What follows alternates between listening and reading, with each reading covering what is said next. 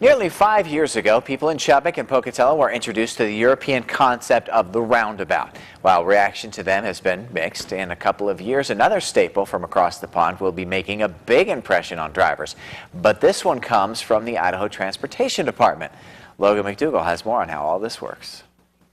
It's called a Diverging Diamond Interchange, and while the name sounds complex, Jesse Barris, project manager for the Idaho Transportation Department, says they're easy to navigate.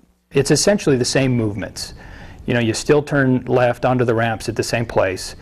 You still turn right onto the ramps at the same place, and you go through the interchange essentially the same way, other than you're on the other side of the bridge.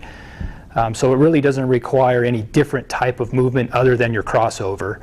Here's how it works. Cars, for example, exiting Interstate 86 westbound exit are given two options. Turn left heading south to Pocatello on Yellowstone, or turn right and north into Chubbuck. Cars heading southbound actually turn into the left-hand section of the roadway, eventually crossing back over to the right side after the bridge. For those heading north, nothing changes.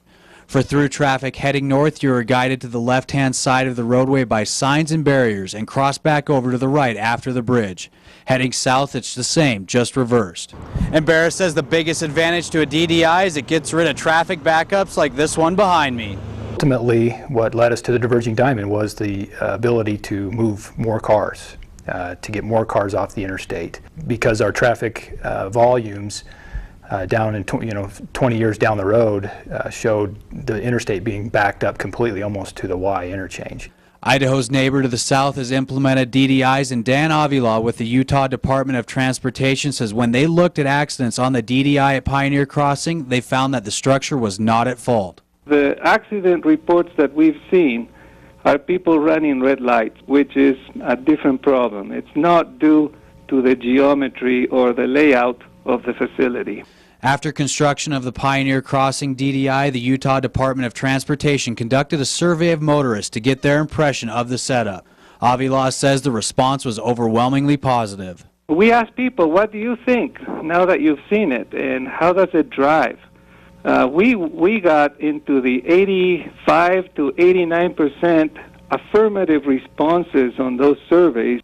And Barris says the DDI will bring a unique aspect to the state and East Idaho. It's a great opportunity for Chubbuck and Pocatello to lead out in something like this. Well, we have our opportunity now to have the first Diverging Diamond in Idaho, and we look forward to it, and we truly believe that it'll be a positive thing and a great landmark for this area. Logan McDougall, KPVI News 6. All right, so here's the timeline. Final plans for the Diverging Diamond Interchange are still being finalized and should be complete by October. Construction is scheduled to begin in the spring of next year and then be complete by the fall of 2014.